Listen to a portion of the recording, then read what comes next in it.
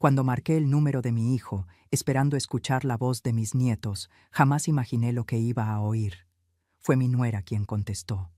Y lo que me dijo en ese momento, con una frialdad que todavía me hiela la sangre, fue: los niños ya no necesitan ver a una abuela tan mayor. Al rato te vas y se quedarán traumatizados. Me quedé paralizada, con el teléfono en la mano y el corazón destrozado. Me había enterado por el vecino, que mi propio hijo se había llevado a mis nietos a vivir a otra ciudad sin decirme una sola palabra, sin una llamada, sin un mensaje, como si yo no existiera, o si no fuera importante para estos niños. Colgué y no lloré. Apenas tomé mi bolso, mis documentos y fui directo al banco. Lo que hice esa tarde fue lo más silencioso y lo más poderoso que he hecho en toda mi vida. Y cuando mi hijo se enteró, no tardaron ni una semana en regresar. Qué alegría tenerte aquí conmigo. Si estás viendo este video, te pido con mucho cariño que te suscribas al canal. Por favor, necesitamos mucho alcanzar 40,000 suscriptores. ¿Puedo contar con su ayuda? Estamos construyendo una comunidad hermosa de mujeres fuertes. Su presencia es muy importante y su apoyo es esencial para nuestro trabajo, para que sigamos contando historias como esta. Cuéntame también en los comentarios desde dónde nos está escuchando. Nos emociona saber hasta dónde llegan nuestras historias. El teléfono todavía estaba tibio entre mis dedos cuando lo posé sobre la mesa. No lo lancé, no lo golpeé contra la pared. Lo dejé caer con una suavidad que me sorprendió a mí misma, como si mi cuerpo ya supiera que no valía la pena gastar energía en eso. Me quedé parada en el centro de mi sala, sin moverme, como si los pies hubieran decidido solos que no iban a llevarme a ningún lado todavía. El aire de la casa se sentía diferente, más pesado, más quieto. Era un silencio que dolía de una manera que no sé bien cómo explicar, porque no era el silencio de cuando uno está solo y tranquilo, era el silencio de algo que falta, de un espacio que debería estar lleno y no lo está. Y yo lo conocía bien ese espacio, porque lo había vivido lleno durante tanto tiempo que su ausencia ahora se sentía como una herida física, algo que duele aunque no se vea. La sala estaba ordenada, como siempre. Yo soy de las que no pueden dejar un cojín torcido ni una taza sin lavar. Esa costumbre me la dio mi madre y nunca la perdí. Los muebles en su lugar, el mantel sobre la mesa sin una arruga, las cortinas bien corridas dejando entrar la luz de la tarde en ese ángulo que me gustaba. Todo igual que siempre, pero no igual. Porque antes, cuando ellos venían, esa sala se convertía en otra cosa completamente distinta. Los cojines terminaban en el suelo. Las sillas se movían de lugar sin que nadie pidiera permiso. Había ruido, risas, el sonido de unos pies corriendo por el pasillo, aunque yo les dijera 1000 veces que en casa no se corre. Y yo fingía que me molestaba, pero en el fondo era la cosa más hermosa que conocía. Levanté la vista hacia la pared donde estaban las fotos. Las había colgado yo misma, eligiendo cada marco con cuidado, midiendo las distancias con una cinta métrica para que quedaran simétricas. En una de ellas aparecía Mateo con la boca manchada de chocolate, los ojos entrecerrados de tanto reírse de algo que ya no recuerdo qué fue, pero que en ese momento debió ser muy gracioso. En otra estaba Sofía dormida sobre mi hombro durante una tarde de visita, con esa entrega absoluta que tienen los niños cuando se sienten completamente a salvo. Me detuve en esa foto más que en las demás. Recordé el peso de esa cabecita apoyada sobre mí, el calor de su respiración, cómo sus deditos agarraron un pliegue de mi blusa sin soltarlo ni dormida, y sentí algo moverse dentro de mi pecho que no era llanto, pero se le parecía mucho. Era algo más profundo que el llanto, algo que aprieta desde adentro y no pide permiso. Esa mañana, antes de la llamada, antes de todo, había sonado el timbre y yo fui a abrir pensando que sería el repartidor o algún vecino con algún recado sin importancia. Pero era don Aurelio, el señor que vive frente a mi casa desde hace más años de los que puedo contar. Un hombre reservado, de pocas palabras, del tipo que no se acerca a molestar a nadie, a menos que tenga algo que decir de verdad. Traía el sombrero en las manos y una expresión que no supe leer bien de inmediato, una mezcla entre incomodidad y algo que parecía lástima, aunque él nunca lo hubiera llamado así. Carraspeó antes de hablar, como buscando por dónde empezar. «Doña Consuelo», me dijo despacio, midiendo cada palabra. «La semana pasada vi un camión de mudanza estacionado frente a la casa de su hijo. Estuvieron cargando cosas toda la mañana, casi hasta el mediodía. Pensé que usted ya sabía, pero luego lo vi todo cerrado y... Bueno, quise avisarle por si acaso». Me quedé mirándolo sin decir nada por un momento. Un camión de mudanza, toda la mañana, y nadie me había dicho absolutamente nada. Le di las gracias a don Aurelio con una voz que me salió más firme de lo que esperaba, considerando cómo me sentía por dentro. Cerré la puerta, me apoyé en ella un segundo, y luego fui directo al teléfono. Marqué el número de mi hijo Rodrigo. Nadie contestó. Marqué de nuevo. Nada. Entonces marqué el número de la casa, ese número que yo misma les ayudé a memorizar a los niños para que supieran a quién llamar si algún día me necesitaban. Y contestó Fernanda. Su voz sonó exactamente como siempre suena, controlada, segura de sí misma, con esa calma que nunca me pareció tranquilidad sino distancia. Le pregunté dónde estaban. Me dijo que se habían mudado. Le pregunté a dónde. No me respondió con una dirección. Me respondió con lo que me respondió. Con esa frase que llevo días intentando olvidar y que sigue ahí, grabada en algún lugar dentro de mí, donde las palabras que duelen más se instalan para siempre. Los niños ya no necesitan ver a una abuela tan mayor. Al rato te vas y se quedarán traumatizados. Colgué, no porque no tuviera nada que responder, sino porque en ese momento entendí que responder no servía de nada, que cualquier cosa que yo dijera se la iba a llevar el viento, porque para ella yo ya era poco más que un problema que había que resolver, y yo no iba a rogarle a nadie que me dejara ser la abuela de mis propios nietos. Eso no. Me quedé parada en la sala otro rato largo, mirando las fotos, escuchando ese silencio que duele, sintiendo la rabia crecer despacio dentro de mí, sin prisa, como el agua que tarda en hervir pero que cuando llega a ese punto ya no hay manera de detenerla. Y fue en ese momento, parada ahí sola, en el centro de mi propia sala, cuando tomé una decisión que en realidad llevaba tiempo formándose sin que yo lo supiera del todo. Porque Ernesto, antes de morir, me dijo algo que guardé en un lugar muy adentro y al que no había vuelto hasta ese día. Me lo dijo una tarde tranquila, sin que hubiera ninguna razón urgente para decirlo, con esa manera suya de hablar de las cosas importantes como si fueran conversaciones de todos los días. Me dijo: «Consuelo, el día que yo no esté, cuida lo que construimos. No lo entregues nunca por cariño ni por culpa. Nadie tiene derecho sobre eso más que tú». En ese momento no entendí del todo por qué me lo decía. Años después, parada en esa sala con el teléfono aún tibio sobre la mesa, lo entendí con una claridad que me dejó sin aliento. Fui hasta el cajón del aparador, ese cajón donde guardo lo que importa de verdad. Documentos, papeles del banco, cosas que Ernesto siempre decía que había que tener a la mano. Los saqué con calma. Los revisé uno por uno para asegurarme de que estaban todos. Los coloqué dentro de mi bolsa con una precisión que venía de algún lugar en mí que no estaba temblando, aunque todo lo demás sí lo estuviera. Me puse los zapatos, agarré las llaves, caminé hacia la puerta, y antes de abrirla me detuve un segundo porque sentí el impulso de voltear a ver las fotos una vez más.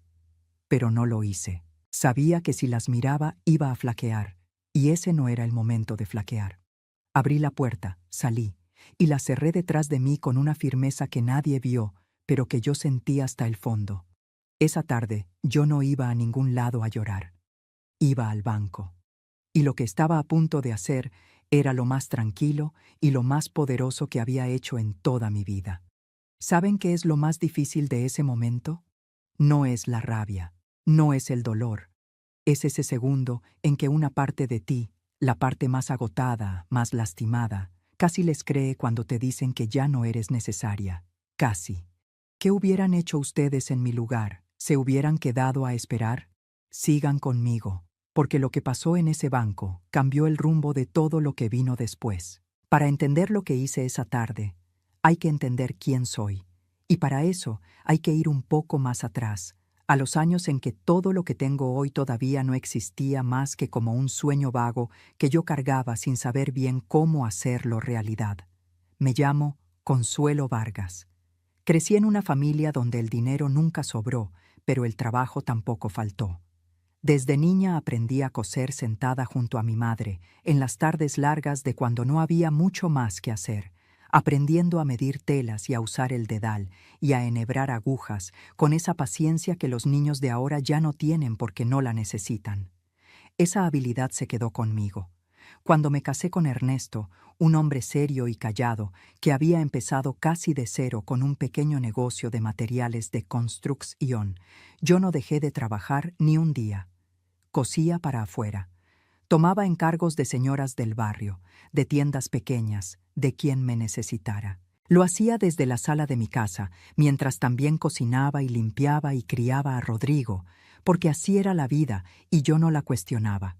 Ernesto y yo no éramos de grandes demostraciones, no éramos de los que se dicen todo el tiempo lo que sienten, pero nos respetábamos, nos cuidábamos, y juntos, ladrillo a ladrillo, construimos una estabilidad que ninguno de los dos había conocido de niño. Cuando Ernesto murió de problemas del corazón, sentí que el suelo se abría debajo de mí. No solo por el dolor de perderlo, que fue enorme, sino porque de pronto me encontré sola frente a todo lo que él había manejado: el negocio, las propiedades, las cuentas, el seguro de vida. Nadie esperaba que yo supiera qué hacer con todo eso, pero lo hice. Aprendí lo que no sabía. Me apoyé en personas de confianza para lo que no podía sola. Y con los años, lo que Ernesto dejó no se redujo, sino que creció, porque yo lo cuidé con la misma disciplina silenciosa con que había cuidado todo lo demás en mi vida. Nunca hablé de eso con nadie, ni con amigas, ni con vecinos. Rodrigo sabía que yo tenía estabilidad, que no pasaba necesidades, pero nunca supo exactamente cuánto ni cómo estaba organizado todo. Esa discreción no fue accidental. Fue una decisión que tomé desde el principio y que con los años resultó ser más sabia de lo que yo misma imaginaba. Hubo un momento, no tan lejano, en que esa sabiduría fue puesta a prueba sin que yo lo notara del todo en ese instante. Fernanda, en una de esas visitas que todavía ocurrían, aunque ya con menos frecuencia, hizo un comentario frente a una vecina mía que estaba de visita. Dijo, con esa sonrisa suya que nunca llegaba del todo a los ojos, que Consuelo a veces se confundía con las fechas, que era normal a cierta edad, que había que tenerle paciencia. Mi vecina me miró de reojo. Yo no dije nada. Lo dejé pasar porque en ese momento lo interpreté como una torpeza, una de esas frases que salen sin pensar. Pero ahora, con todo lo que sé, entiendo que no fue una torpeza. Fue una siembra. Una semilla pequeña plantada frente a un testigo, para que luego, si alguien preguntaba, hubiera alguien que recordara haber escuchado algo así. Cuando Rodrigo se casó con Fernanda, quise darle a esa relación una oportunidad genuina. Hice mi esfuerzo, fui respetuosa, no me metí donde no me llamaban, guardé mis opiniones cuando no eran bienvenidas. Pero desde el principio noté algo en Fernanda que no terminaba de encajar. Una frialdad calculada, una manera de sonreír que nunca llegaba del todo a los ojos, una forma de manejar las conversaciones que siempre dejaba a alguien, generalmente a mí, sintiéndose de más. Hubo otra tarde en que le pregunté a Rodrigo si había revisado los documentos del negocio que necesitaban su firma, unos papeles de rutina que yo misma le había preparado con ayuda del contador. Rodrigo tardó más de lo normal en responder. Luego dijo que sí, que los había revisado, pero algo en su manera de decirlo no sonó natural. Después supe, por el contador, que Rodrigo había llamado para hacer preguntas que iban más allá de esos documentos. Preguntas sobre la estructura general del patrimonio, sobre qué estaba a nombre de quién.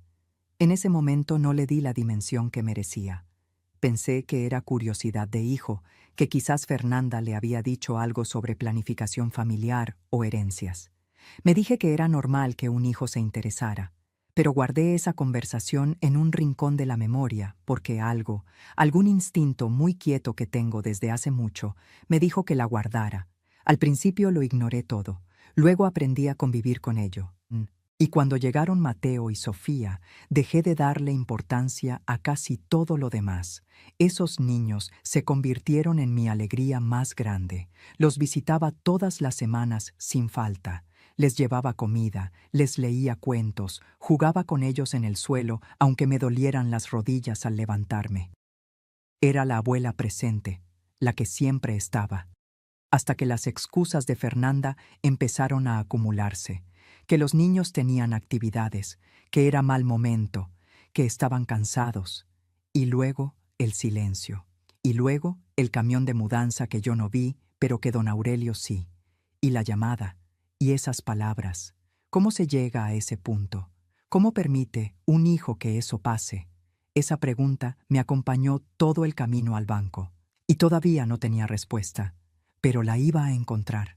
Acompáñame, que la historia apenas está mostrando su primera cara. El banco donde tengo mis cuentas quedaba a pocas cuadras de mi casa, y yo había caminado ese trayecto cientos de veces a lo largo de los años en toda clase de circunstancias. Lo caminé cuando Ernesto murió y tuve que ir a resolver cosas que nunca había resuelto sola. Lo caminé cuando Rodrigo era pequeño y yo tenía que hacer malabarismos con el presupuesto para que alcanzara para todo. Lo caminé en días buenos y en días malos, pero esa tarde lo caminé de una manera que nunca lo había caminado antes, con la espalda completamente recta, con la mirada fija al frente, sin detenerme a saludar a nadie que se cruzara en mi camino, sin mirar los aparadores de las tiendas como suelo hacer cuando tengo tiempo. No tenía tiempo para eso. O más bien, tenía algo que no era exactamente prisa, sino una certeza que me empujaba hacia adelante con una fuerza tranquila y constante que no me dejaba dudar. Cuando entré al banco, el ambiente era el de siempre, el aire acondicionado un poco más frío de lo necesario, el murmullo de las conversaciones en las ventanillas, el olor a papel y a plástico limpio que tienen todos los bancos del mundo.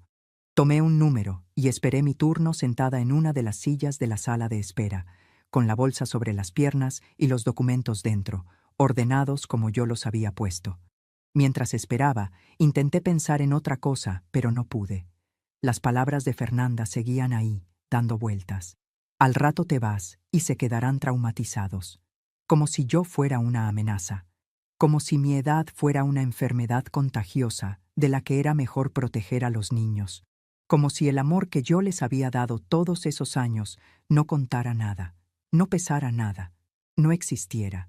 Sentí que la mandíbula se me tensaba y la relajé a propósito.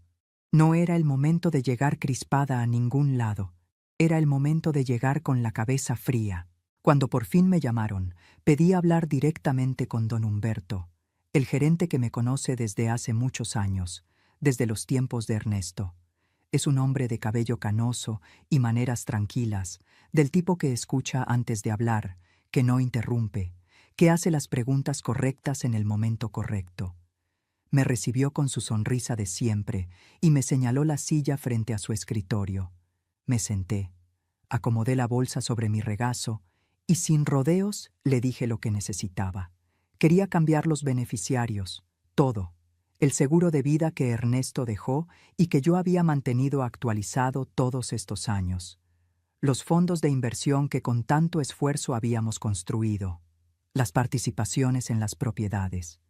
Todo lo que hasta ese momento tenía asignado a Rodrigo como heredero principal debía ser redirigido directamente a mis nietos, Mateo y Sofía. Y la administración de esos recursos, hasta que ellos llegaran a ser adultos, quedaría en manos de Graciela, la hermana de Ernesto, la única persona fuera de esas 4 paredes a quien yo confiaría eso con los ojos cerrados. Don Humberto me escuchó sin interrumpirme una sola vez. Cuando terminé de hablar, juntó las manos sobre el escritorio, guardó un silencio breve y con una delicadeza que agradecí me preguntó si estaba completamente segura de lo que pedía. No lo dijo de manera condescendiente. No me habló como si yo fuera una señora mayor que quizás no entendía del todo lo que estaba haciendo. Lo dijo como quien quiere asegurarse de que la decisión viene de un lugar firme y libre, no de un momento de dolor que al día siguiente podría verse diferente. Lo miré directamente a los ojos. Le respondí que nunca en mi vida había estado más segura de ninguna decisión que hubiera tomado. Él asintió, y comenzamos a trabajar. El proceso llevó su tiempo. Había formularios, documentos que revisar, instrucciones específicas que dejar asentadas con claridad. Yo lo hice todo sin apurarme y sin equivocarme. Firmé donde había que firmar, respondí las preguntas que me hicieron, y cuando por fin todo estuvo listo, y don Humberto me entregó las copias de los nuevos documentos, sentí algo que no esperaba sentir en ese momento. No fue alivio exactamente, ni satisfacción, sino algo más parecido a una certeza que se asienta, como cuando uno hace algo que sabe que era lo correcto, aunque nadie más lo entienda todavía. Salí del banco con esa certeza instalada en el cuerpo. La tarde había avanzado y la luz tenía ese color anaranjado que precede al atardecer. Caminé hasta la esquina, saqué el teléfono y marqué el número de Graciela. Necesitaba contarle lo que había hecho. Necesitaba escuchar su voz. Graciela es la hermana de Ernesto, y entre nosotras hay una amistad que sobrevivió incluso a la muerte de él, una de esas relaciones que no necesitan de mucha explicación para mantenerse vivas porque están construidas sobre algo sólido. Ella contestó al segundo tono, como casi siempre. Le conté todo: el camión de mudanza, la llamada, lo que Fernanda me dijo, lo que hice en el banco. Graciela me escuchó en silencio, y cuando terminé de hablar, hubo una pausa breve antes de que ella respondiera. Lo que me dijo a continuación fue algo que no esperaba escuchar. Me dijo que hacía un tiempo, el contador de confianza que lleva las cuentas del negocio desde los tiempos de Ernesto, la había llamado a ella directamente, visiblemente incómodo. Le contó que Rodrigo había ido a verlo con un pretexto que sonaba razonable, algo relacionado con unos impuestos personales. Pero en un momento de la conversación le había preguntado, como al pasar, por el patrimonio de su madre. Quería saber cifras, quería entender cómo estaban organizados los activos, qué había exactamente y a nombre de quién. El contador, desconcertado por la pregunta, le respondió con vaguedades. Pero lo que más lo perturbó fue lo que vino después. Fernanda lo había llamado por su cuenta, días más tarde, haciéndose pasar por alguien que consultaba en nombre de Rodrigo. Quería saber si existía alguna figura jurídica, alguna estructura compartida entre Consuelo y el negocio, algo que le diera a Rodrigo acceso formal a la información. El contador, que conocía a la familia desde hacía muchos años y que tenía su propio sentido del deber, no le dio nada. Pero le contó todo a Graciela porque sintió que algo no estaba bien. Y fue precisamente ese rastro de consultas, ese intento de Fernanda de mapear el patrimonio a través del contador, lo que más tarde le permitió a Graciela seguir el hilo hasta lo que encontró después. Me quedé parada en la banqueta con el teléfono en la oreja y el ruido de la calle a mi alrededor, sintiendo cómo algo que yo no había querido ver empezaba a tomar forma sola, pieza por pieza, con esa claridad fría que tienen las cosas cuando uno finalmente deja de mirarlas de lado. El alejamiento no había sido un impulso. No había sido una decisión tomada un día malo en que Fernanda amaneció de mal humor. Había sido algo construido con tiempo, con intención, con pasos calculados. Primero las excusas para reducir las visitas. Luego el silencio que se fue volviendo más largo. Luego el camión de mudanza sin una sola palabra. Y en paralelo, alguien haciendo preguntas en secreto sobre cuánto valía lo que yo tenía. Colgué con Graciela después de un rato. Caminé de regreso a mi casa con esa certeza fría instalada en el pecho, como un peso que no dolía exactamente, pero que no dejaba de sentirse. Ya no era solo una herida, era una traición con nombre y con dirección. Y yo ya había dado el primer paso. ¿Alguna vez sintieron que alguien cercano las estaba mirando de una manera diferente y tardaron en entender por qué? Que lo que creían que era cariño en realidad era algo que medía, calculaba, Esperaba el momento. Cuéntenme en los comentarios si alguna vez confiaron en alguien que no merecía esa confianza. Quiero leerlas. Porque lo más perturbador de todo esto todavía no había salido a la luz. ¿Qué más había estado haciendo Fernanda en las sombras? No se vayan, porque lo que viene después va a dejarla sin palabras. Si te está gustando esta historia, por favor, asegúrate que ya estás suscrita al canal. Necesitamos mucho alcanzar 40,000 suscriptores. Puedo contar con su apoyo a nuestro trabajo. Pasaron unos días desde mi visita al banco. Días que yo viví con una calma que no era indiferencia, sino preparación. Me levanté a mis horas habituales, hice mis cosas, cociné, ordené la casa, salí a caminar por las mañanas como siempre he hecho. Desde afuera, cualquiera que me hubiera visto hubiera dicho que era una señora llevando su vida normal. Pero por dentro yo estaba atenta a todo, a cada sonido del teléfono, a cada movimiento alrededor de lo que había hecho en el banco. Sabía que no iba a tardar mucho, y no tardó. Una mañana el teléfono sonó con el nombre de Rodrigo en la pantalla. Lo miré un momento antes de contestar. Me pregunté con qué cara iba a llamar, si iba a llegar enojado de frente o si iba a intentar disimularlo con otra cosa. Contesté con calma. La voz de mi hijo al otro lado sonó alterada, aunque hacía un esfuerzo visible por controlarse. Me preguntó que cómo estaba, que si alguien me había presionado para hacer cambios en mis cuentas, que si estaba bien de salud, que si necesitaba algo. Todo dicho con un tono que quería parecer preocupado, pero que a mí me sonó exactamente a lo que era: pánico disfrazado de cariño. Le respondí con toda la calma del mundo que estaba perfectamente bien, que había tomado una decisión que me correspondía tomar como dueña de mis propios bienes, que lo había hecho con plena claridad y sin que nadie me presionara. Rodrigo insistió. Dijo que quería verme, que necesitábamos hablar en persona. Le dije que podía venir cuando quisiera, y al día siguiente apareció en mi puerta por primera vez en muchos meses. Lo recibí sin abrazarlo. No fue un gesto dramático ni una declaración de guerra. Simplemente abrí la puerta, lo dejé pasar y lo invité a sentarse. No ofrecí café. Me senté frente a él con las manos juntas sobre la mesa y lo miré esperar a que yo hablara primero. Rodrigo comenzó a hablar. Dijo que los cambios en el banco habían sido precipitados, que él siempre había cuidado de mí, que para eso estaba él, que era mi hijo, que yo no tenía por qué tomar decisiones así sola. Habló un buen rato. Yo lo dejé. No lo interrumpí ni una sola vez. Lo dejé agotar sus argumentos. Lo dejé llegar al final de lo que tenía preparado decirme. Y cuando hizo una pausa esperando alguna respuesta de mi parte, le hice una sola pregunta. Una pregunta dicha despacio, con una voz que no subió de tono ni tembló. ¿Cuándo ibas a decirme que te llevaste a mis nietos? El silencio que siguió fue distinto a todos los silencios anteriores. Rodrigo abrió la boca, la cerró, miró hacia un lado, y yo vi en su cara algo que no esperaba ver en ese primer momento. No fue vergüenza lo que llegó primero, fue negación. Una negación rápida, casi refleja, la de alguien que no está listo para mirar de frente lo que tiene delante. Dijo que Fernanda tenía sus razones, que el cambio de ciudad era lo mejor para la familia, que había oportunidades, que las escuelas eran mejores, que si yo lo hubiera sabido antes, hubiera intentado convencerlos de no irse, y ellos necesitaban tomar esa decisión sin presiones. Lo dijo todo seguido, sin respirar casi, como quien recita algo que ha repetido muchas veces en su cabeza. Yo lo escuché sin interrumpirlo.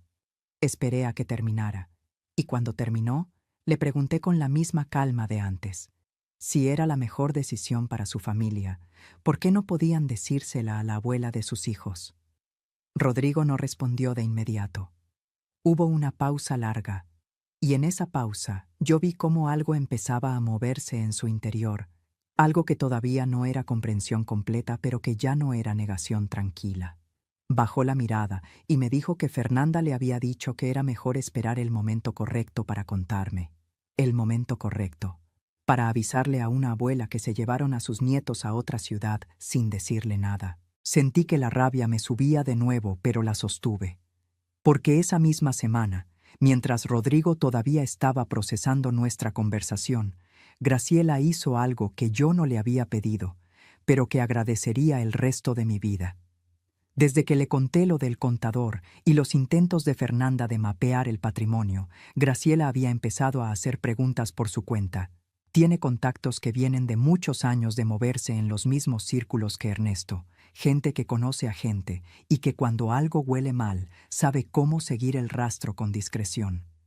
Lo que encontró no llegó de documentos confidenciales ni de ningún acceso que no le correspondiera. Llegó de algo mucho más cotidiano y por eso mismo más perturbador.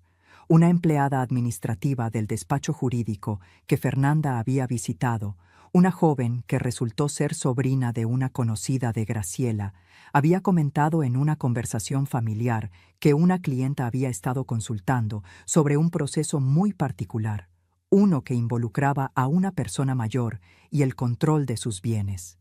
No dio nombres, no dio detalles, pero cuando Graciela le preguntó con delicadeza si recordaba algo más, la joven mencionó que la clienta había vuelto varias veces y que en la última visita había traído consigo una lista de nombres, como si estuviera preparando una lista de personas que podrían dar testimonio. Graciela, con esa inteligencia silenciosa que la caracteriza, conectó eso con todo lo demás, las preguntas al contador, el alejamiento progresivo, el camión de mudanza. Y fue entonces cuando buscó al abogado de la familia, el mismo que Ernesto había usado para ordenar sus asuntos antes de morir, y le pidió que verificara si existían movimientos formales iniciados. El abogado confirmó que efectivamente había una consulta registrada sobre declaración de incapacidad vinculada a bienes en los que figuraba el apellido de la familia. No era un proceso iniciado formalmente todavía, pero la intención estaba documentada. Eso era lo que Graciela tenía, y eso fue lo que me contó. Un procedimiento legal que, si se lograba sostener ante un juez con las pruebas necesarias, permitiría retirarle a una persona el control legal sobre sus propios bienes bajo el argumento de que ya no estaba en condiciones de administrarlos por sí misma.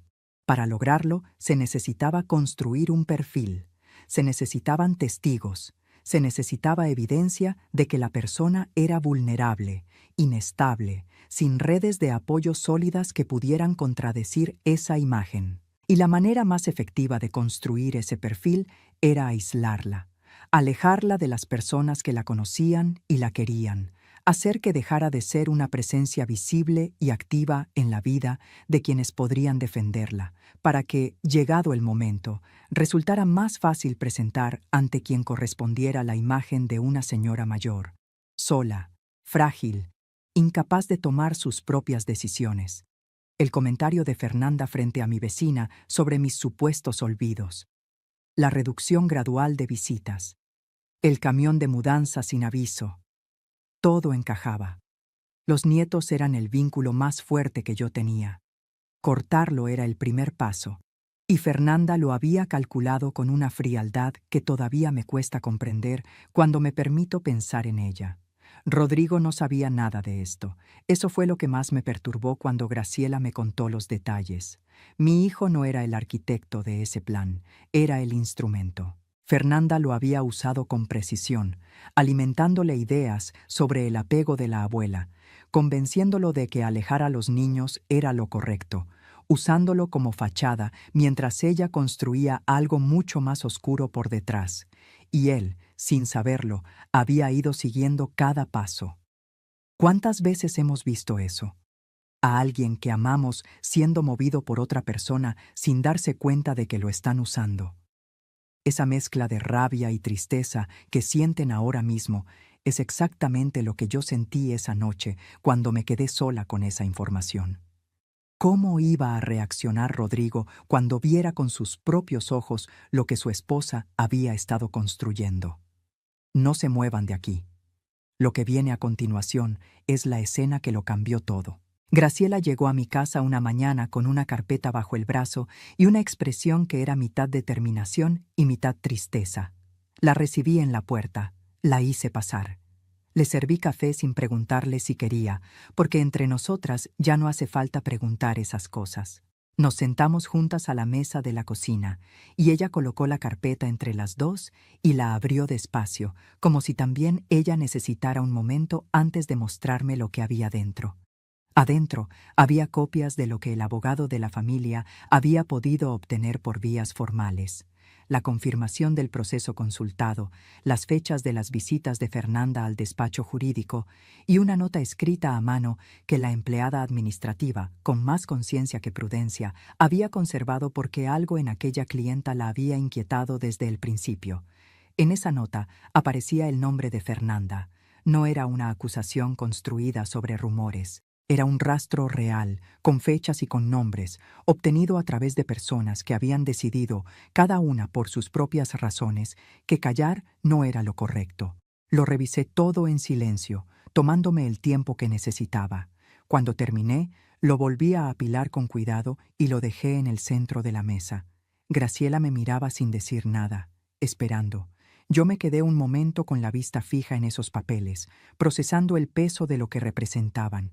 No solo lo que decían, sino todo lo que implicaban sobre el tiempo que habían estado construyendo eso en silencio, sobre cuántas conversaciones había habido detrás de mi espalda, sobre cuántas decisiones se habían tomado pensando en mí, como si yo fuera un obstáculo que resolver y no una persona. Esa tarde llamé a Rodrigo. Le dije que necesitaba que viniera, que era importante, que no podía ser por teléfono. Rodrigo llegó antes de lo que esperaba, lo cual me dijo que algo en él también estaba inquieto, que algo empezaba a moverse en su interior, aunque todavía no supiera exactamente qué. Cuando entró a la cocina y vio a Graciela sentada ahí, su expresión cambió ligeramente. La saludó con respeto, pero con esa incomodidad de quien no sabe bien qué esperar. Se sentó donde yo le indiqué. Y entonces, sin decir una sola palabra de explicación, deslicé la carpeta por la mesa hasta que quedó frente a él. Rodrigo la miró. Luego me miró a mí. Yo no dije nada. Solo esperé. Él abrió la carpeta. Empezó a leer el primer documento. Pasó al segundo. Yo lo observé con esa atención que da el dolor, notando cada pequeño cambio en su cara. El momento en que su mandíbula se tensó. El momento en que sus ojos se detuvieron en el nombre de Fernanda y regresaron al principio de la página, como si necesitaran confirmar que habían leído bien, como si la primera vez no fuera suficiente para creerlo. Cuando levantó la vista, su primera reacción no fue la que yo hubiera esperado. Dijo, con una voz que quería sonar firme, pero que temblaba en los bordes, que tenía que haber un error, que Fernanda no era capaz de algo así, que quizás era una confusión de nombres, que quizás Graciela había malinterpretado algo. Lo dijo mirando la carpeta, no a mí, como si los papeles fueran el problema y no lo que decían. Graciela no respondió. Yo tampoco. Le dimos tiempo. Porque hay verdades que no se pueden entregar de golpe sin que la persona las rechace. Y Rodrigo necesitaba llegar solo al fondo de lo que tenía frente a él. Él volvió a leer. Pasó las páginas de nuevo, más despacio esta vez. Y fue en esa segunda lectura cuando algo en él cambió de manera definitiva. Vi el momento exacto. Fue cuando sus ojos llegaron a la nota escrita a mano, a la fecha que coincidía con una época en que Fernanda le había dicho que estaba ocupada con compromisos de trabajo y en que el nombre de su madre aparecía referenciado de una manera que no dejaba espacio para la ambigüedad. Sacó el teléfono y marcó el número de Fernanda. Esperó. Nada. Volvió a marcar. Nada. Y otra vez. Fernanda no contestó. Yo lo dejé intentar. No dije nada. No aproveché el momento para añadir nada sobre ella, para señalar lo que él ya podía ver solo. Solo esperé que terminara de procesar lo que tenía frente a él, que lo hiciera a su ritmo, que llegara solo a las conclusiones que eran inevitables. Cuando por fin Rodrigo dejó el teléfono sobre la mesa, cuando levantó la vista y me miró de nuevo, ya no había negación en su cara. Había algo mucho más difícil de sostener que la negación. Era la cara de alguien que acaba de entender que ha sido usado. que ha estado participando, sin elegirlo, en algo que lo convierte en parte de una traición que nunca fue su intención cometer. Yo hablé. Lo hice con una voz tranquila, sin rabia que desbordara, sin lágrimas, con la serenidad de alguien que ha tenido días para llegar a ese punto, que ha pasado por el dolor y ha llegado al otro lado. Le dije que no iba a ir a ningún lado, que estaba bien, que mi cabeza estaba perfectamente clara, mi salud era la de siempre, y que los documentos del banco iban a quedarse exactamente como estaban. No como castigo, no como una amenaza permanente, sino porque así era como debían estar, porque así lo había decidido yo, y porque esa decisión era mía y de nadie más. Y luego le dije lo único que en ese momento importaba de verdad. Lo miré a los ojos y le dije que lo único que quería, lo único que le pedía, eran mis nietos, que quería verlos, que quería que ellos supieran que yo seguía aquí, que no había desaparecido, que no iba a desaparecer. Rodrigo no respondió de inmediato. Se quedó mirando la mesa. Cuando levantó la vista tenía los ojos brillantes. Asintió. Solo eso. Pero ese asentimiento valió más que cualquier discurso que hubiera podido decirme. Lo que siguió no fue rápido ni sencillo. Rodrigo tuvo que enfrentar conversaciones muy difíciles con Fernanda, conversaciones de las que yo no supe los detalles porque no me correspondía saberlos. Hubo días en que no supe nada de él. Hubo una semana en que el teléfono no sonó y yo lo respeté porque entendí que estaba atravesando algo que necesitaba atravesar solo. Graciela me contó después que Rodrigo y Fernanda vivieron una separación temporal, que él se quedó un tiempo en casa de un amigo mientras las cosas se definían. No sé si hubo acuerdos formales, no sé si hubo papeles firmados. Lo que sí sé es que cuando mis nietos volvieron a aparecer en mi puerta, llegaron acompañados por Rodrigo, y llegaron con sus mochilas, y llegaron con esa manera de correr hacia mí que me dijo todo lo que necesitaba saber sin que nadie pronunciara una sola palabra. La custodia siguió siendo compartida. Eso lo entendí con el tiempo, cuando las visitas empezaron a tener una regularidad que parecía acordada, cuando Rodrigo me avisaba con anticipación y los traía y los buscaba con una puntualidad que antes no tenía. Fernanda no volvió a aparecer en mi casa. No hubo confrontación, no hubo escenas, simplemente dejó de estar en ese espacio, y nadie lamentó su ausencia en voz alta, aunque todos la notamos. ¿Alguna vez esperaron con tanta intensidad algo que cuando por fin llegó ya no supieron cómo recibirlo, si con alegría o con el peso de todo lo que costó? Así me sentí yo en esa semana de espera. No se vayan todavía. El final de esta historia tiene algo que quiero que se lleven con ustedes para siempre. Abrí la puerta y los vi. Mateo llegó primero, como siempre, con esa energía que no sabe bien a dónde ir. Traía la mochila colgada de un solo hombro, los tenis sin atar, el cabello un poco revuelto. Cuando me vio parada en el umbral, se detuvo una fracción de segundo, como si necesitara un instante para asegurarse de que era real, de que yo estaba ahí de verdad, y no era algo que había imaginado, y luego corrió. Yo abrí los brazos y lo recibí, y sentí el peso de ese cuerpo pequeño contra mi pecho, como si fuera la cosa más sólida que había tocado en mucho tiempo. Olía a jabón y a algo dulce que no logré identificar, pero que me pareció el olor más hermoso del mundo en ese momento. Me aferré a él un segundo más de lo que probablemente él esperaba, y él me lo permitió sin quejarse, lo cual para Mateo es casi un milagro.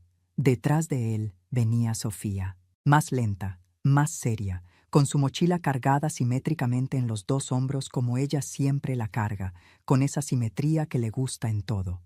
Sus ojos estaban muy abiertos y me miraban con esa intensidad que solo tienen los niños cuando algo les importa demasiado para disimularlo. La llamé por su nombre y ella cruzó el umbral sin correr, pero sin detenerse. Y se metió directo en el abrazo con la cabeza enterrada en mi cuello y los brazos rodeándome con más fuerza de la que yo hubiera esperado de ese cuerpo tan pequeño. Me quedé ahí un buen rato sin moverme, con los dos entre mis brazos. Cerré los ojos. Respiré despacio. Sentí el calor de esos cuerpos, las manos pequeñas aferradas a mi ropa, el ritmo de su respiración. Y dejé que ese momento me llenara de una manera que nada de lo que había pasado en los días anteriores había podido llenarme. Había un dolor que esos dos niños, sin saberlo, sin proponérselo, curaban con solo estar ahí. Cuando por fin los solté y los miré a la cara, Mateo ya estaba pensando en otra cosa. Me miró con toda la seriedad que puede tener un niño de su edad y me preguntó si todavía tenía los bizcochos de canela que le gustaban, los que hago en el horno las mañanas de domingo. Solté una carcajada real, de esas que salen solas y que uno no puede controlar porque vienen de un lugar muy adentro, donde todavía hay alegría a pesar de todo. Le dije que sí, que los tenía, y antes de que terminara de responderle, ya estaba pasando a mi lado para entrar a la cocina como si nunca se hubiera ido, como si el tiempo y la distancia y todo lo que había pasado no hubieran existido. Sofía se quedó un momento más parada frente a mí. Me miró con esa gravedad suya que a veces me hace pensar que entiende más de lo que debería entender. Me dijo, con una voz seria y directa que sonó más grande que ella, que me había extrañado, que todos los días. Me agaché un poco para quedar a su altura, la miré a los ojos y le respondí que yo también la había extrañado a ella, que todos los días, que cada uno de los días que no la había visto, había pensado en ella. Sofía asintió como si eso fuera exactamente lo que necesitaba confirmar. Y luego siguió a su hermano hacia adentro con esa calma suya que siempre me parece un regalo. Me quedé un segundo más en el umbral. Rodrigo estaba parado afuera en la banqueta, con las manos en los bolsillos y una expresión que mezclaba alivio y vergüenza en proporciones que él mismo probablemente no sabría separar si alguien se los preguntara. Me miraba sin saber bien qué decir. Yo lo miré a él, y después de un momento, sin grandes palabras ni declaraciones solemnes, le dije simplemente: «Entra, hay café». Rodrigo entró, y no hubo un discurso de reconciliación, no hubo un momento donde él cayó de rodillas a pedirme perdón, y yo respondí con frases que quedarían grabadas en el corazón de todos. No fue así. No lo necesité así. El perdón, si es que iba a construirse, era algo que se haría con el tiempo, con hechos concretos, con presencia real, con las decisiones que Rodrigo tomara a partir de ese día. No con palabras dichas en un momento de emoción que al día siguiente podrían no significar nada. Lo que sí tenía claro era que los documentos del banco iban a quedarse como estaban, no como una venganza que se prolongara indefinidamente, no como una amenaza que colgara sobre la cabeza de mi hijo cada vez que entrara a mi casa, sino como un recordatorio de algo que yo necesitaba que quedara asentado, para mí misma antes que para nadie más, que mis bienes eran míos, que mi criterio valía, que mis decisiones no necesitaban la validación de nadie para ser legítimas. Los cambios que hice ese día en el banco no fueron un acto de crueldad ni de venganza. Fueron un acto de claridad, y esa claridad cambió el rumbo de todo lo que vino después. Las visitas de los niños volvieron a tener regularidad. Mateo y sus zapatos tirados junto al sofá. Sofía y sus preguntas que a veces no tienen respuesta fácil. El ruido, el desorden que a mí me encanta aunque finja que no. La vida que antes llenaba esa casa y que había desaparecido de golpe, volvió a instalarse con la misma naturalidad con que el sol vuelve a salir después de una tormenta larga. Rodrigo los traía y los buscaba con puntualidad. La custodia funcionaba en silencio, sin dramas, con esa formalidad nueva que tienen las cosas cuando han pasado por el fuego y han sobrevivido, pero ya no son exactamente iguales. Fernanda no volvió a cruzar la puerta de mi casa.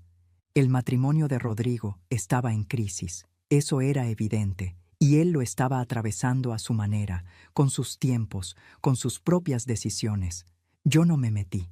Ya tenía suficiente con cuidar lo que era mío. Y en las noches, cuando la casa volvía al silencio y yo me sentaba un rato antes de dormir, pensaba en todo lo que había pasado, en las palabras de Fernanda dichas con esa frialdad que todavía me produce escalofrío cuando las recuerdo.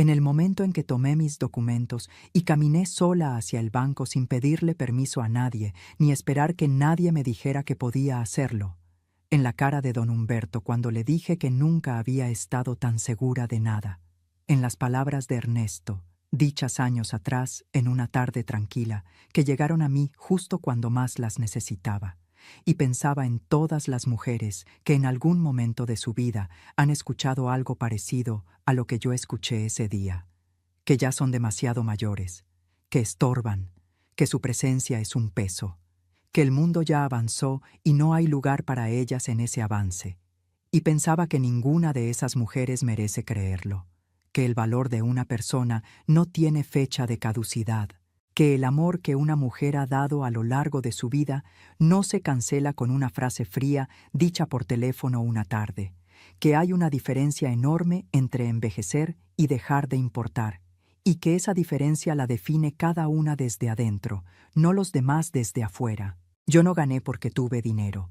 Gané porque no esperé a que nadie me defendiera, porque cuando me dijeron que ya no era necesaria, no bajé la cabeza ni me quedé sentada esperando a ver si cambiaban de opinión.